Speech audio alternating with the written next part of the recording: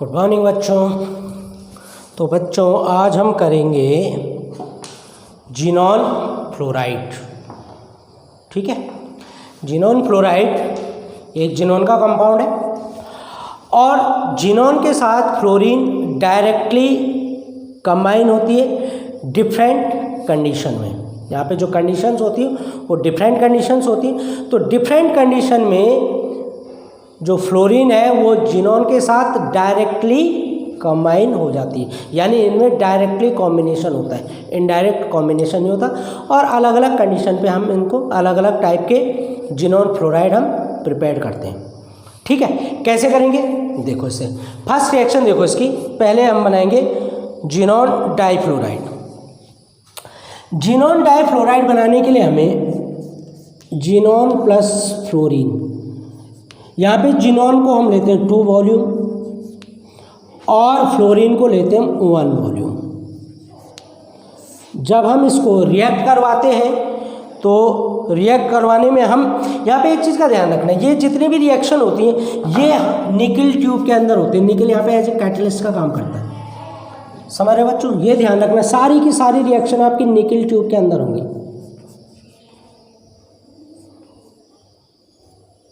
NiCKEl निकल, NiCKEl निकल tube.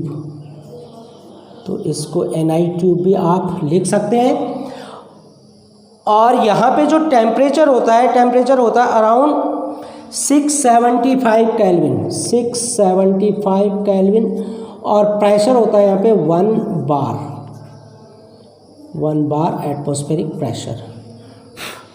ठीक है, 1 बार का मतलब हो गया आपका 760 mm ऑफ Hg या 76 सेंटीमीटर Hg या 760 टोर या 1.01235 ATM, ये इसकी यूनिट्स हैं।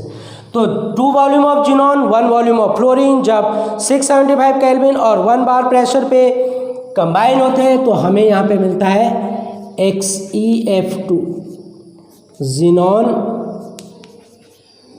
डाइफ्लोराइड।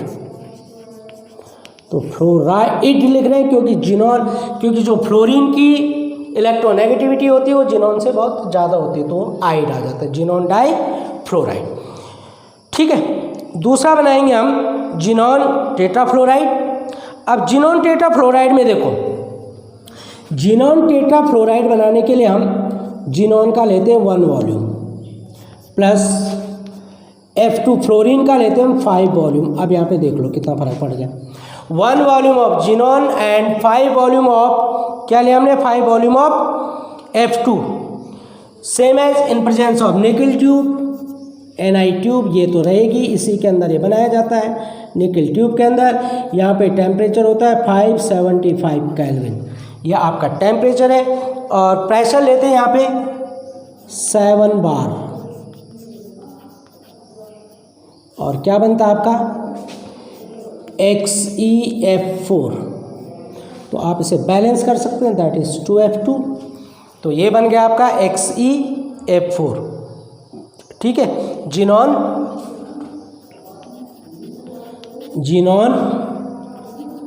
टेट्राफ्लोराइड। ये सारे सॉलिड हैं, ध्यान रखना, ये भी सॉलिड है, ये भी सॉलिड है। और अब तीसरा बनाए हैं जिनॉन हेक्साफ्लोराइड। तो जिनॉन हेक्साफ्लोराइड में हम देखो यहाँ पे 1 वॉल्यूम ऑफ जिनॉन, ध्यान रखो प्लस फ्लोरीन का जो हम वॉल्यूम लेते हैं वो लेते हैं 20 वॉल्यूम। अब ये देखो 20 वॉल्यूम ऑफ फ्लोरीन। पहले में 2 वॉल्यूम ऑफ जिनॉन था, 1 वॉल्यूम ऑफ फ्लोरीन था। दूसरे में आपका 1 वॉल्यूम ऑफ फ्लोरीन है, 1 वॉल्यूम ऑफ जिनॉन आया, 5 वॉल्यूम ऑफ फ्लोरीन है। तीसरे में 1 volume of xenon and 20 volume of fluorine. Temperature निकल ट्यूब एज इट इज आएगी आपकी। और यहाँ पे Ni ट्यूब, ये तो आपका एज इट इज आएगा। टेम्परेचर यहाँ पे हम 575 केल्विन ही रखते हैं, लेकिन जो आपका प्रेशर है वो बढ़ जाता है, वो होता है 60 to 70 बार। और ये देता हमें XeF6, तो इसको आप 3F2 कर सकते हैं। तो ये आपके जिनॉन के तीनों कंपाउंड बन गए, XeF2, XeF4 एंड XeF।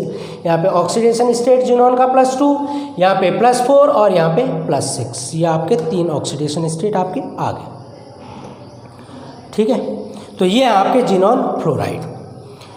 अब इनकी प्रॉपर्टीज़ क्या होती हैं? Properties of xenon fluoride, generally ये लेस क्रिस्टलाइन सॉलिड होते हैं। अगर हम इनकी प्रॉपर्टी देखें तो ये लेस क्रिस्टलाइन सॉलिड होते हैं।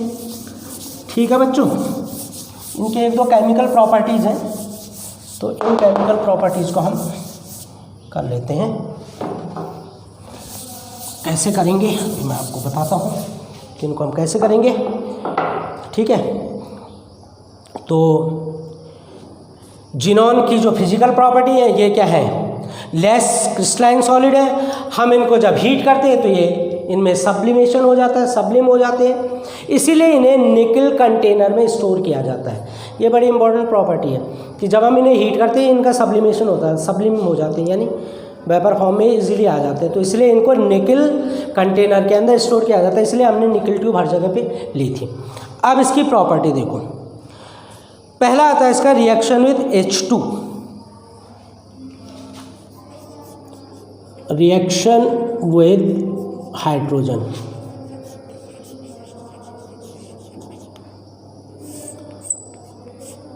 जिनॉन के तीनों कंपाउंड हाइड्रोजन के साथ इजीली रिएक्ट होते हैं और हाइड्रोजन फ्लोराइड बनाते, जिनॉन को ये रिप्लेस कर देते। जैसे XeF2 + H2 टू गिव्स क्या देता है?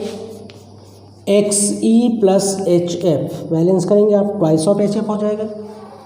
ठीक है, सेम एज XeF4 + H2, यहाँ पे भी सेम रिएक्शन होगी। जिनॉन यहाँ से क्या हो जाएगा? रिलीज हो जाएगा, +2HF यहाँ पे बनेगा। XeF6 + H2, सेम चीज़ यहाँ पे भी आएगी।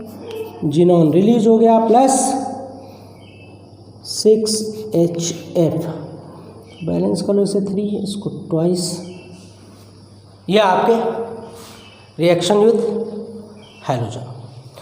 दूसरी रिएक्शन बड़ी इंपॉर्टेंट रिएक्शन है इसकी, रिएक्शन विद वाटर। यहाँ पे जिनॉन ट्राइऑक्साइड बनता है, और जो जिनॉन ट्राइऑक्साइड है ये बहुत ही एक्सप्लोसिव नेचर का होता है। ठीक है, इसका जो नेचर होता है बहुत एक्सप्लोसिव होता है। तो सेकंड रिएक्शन लिख लेते हैं हम, रिएक्शन विद वाटर। तो वाटर के साथ कैसे रिएक्शन होगा आप देखिए, रिएक्शन विद वाटर H2O। अब देखिए आप H2O के साथ इसकी रिएक्शन कैसे होगी। तो हम यहाँ पे जिनॉन हेक्साफ्लोराइड और जिनॉन टेट्राफ्लोराइड लेंगे। तो पहले ले रहे हैं हम जिनॉन हेक्साफ्लोराइड। तो जिनॉन हेक्साफ्लोराइड होता है आपका XeF6 + H2O टू गिव्स, ये देता आपको XeO3। क्या देता है? XeO3 + HF। ठीक है, XeO3 हो गया आपका जिनॉन ट्राइऑक्साइड। क्या कहेंगे इसे? Xenon trioxide. अभी मैंने बताया कि ये बहुत एक्सप्लोसिव नेचर का होता है। ठीक है, दूसरा जो आपकी रिएक्शन आती है XeF4 टेट्राफ्लोराइड। ये मैं बाद में क्यों लिख रहा हूँ इसका रीज़न मैं बताता हूँ आपको। यहाँ पे हमें जिनॉन ट्राइऑक्साइड तो मिलता ही मिलता है XeO3 प्लस यहाँ पे जिनॉन भी मिलती है, प्लस यहाँ पे हाइड्रोजन फ्लोराइड भी मिलती है, प्लस यहाँ पे O2 भी मिलती है। हमें इतनी चीज़ें यहाँ पे मिलती हैं। जिनॉन ट्राइऑक्साइड भी मिलेगी, जिनॉन भी मिलेगी, हाइड्रोजन फ्लोराइड भी मिलेगी और ऑक्सीजन भी मिलेगी। इस रिएक्शन को आप बैलेंस करेंगे। ठीक है, अब एक बड़ी इंपॉर्टेंट रिएक्शन आती है यहाँ पे, ये बहुत इंपॉर्टेंट रिएक्शन है इसका, पार्शियल और कंप्लीट हाइड्रोलाइसिस। होगा किसका, जिनॉन डाइऑक्साइड का नियोजक टेट्रा और हेक्सा का ही ये रिएक्शन शो होती है। तो यहाँ पे देखिए, अगर हम पार्शियल हाइड्रोलाइसिस करें इन कंपाउंड का तो हमें ऑक्सीफ्लोराइड मिलते हैं। क्या करें अगर हम पार्शियल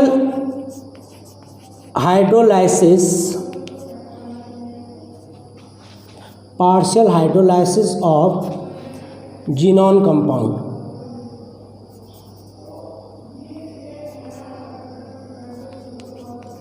जिनॉन कंपाउंड यानी फ्लोराइड, जिनॉन फ्लोराइड लिख लो इसे, ज़्यादा सही रहेगा, कंपाउंड में तो ऑक्सीजन के साथ भी है। तो partial hydrolysis of xenon fluoride, अगर हम इसका पार्शियल हाइड्रोलाइसिस करते हैं तो ये हमें क्या देते हैं, ये हमें ऑक्सीफ्लोराइड देते हैं, गिव्स ऑक्सीफ्लोराइड, क्या देते हैं, ऑक्सीफ्लोराइड। अब अगर हम इसकी सबसे पहली रिएक्शन देखें,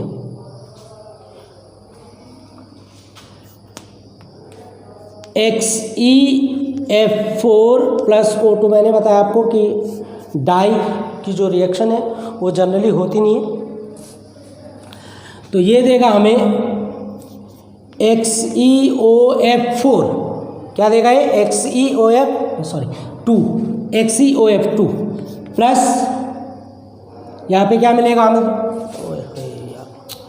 सॉरी बच्चों, यहाँ पे हाइड्रोलाइसिस कर रहे हैं, मैंने गलती से क्या लिख दिया, O2 लिख दिया, इसको थोड़ा सा प्लीज सही कर लेना, सॉरी। तो XeF4 plus H2, not O2, H2, क्योंकि हाइड्रोलाइसिस करें पार्शियल, यहाँ पे मिलेगा हमें XeOF2 प्लस HF, क्या मिलेगा हमें, हाइड्रोजन फ्लोराइड।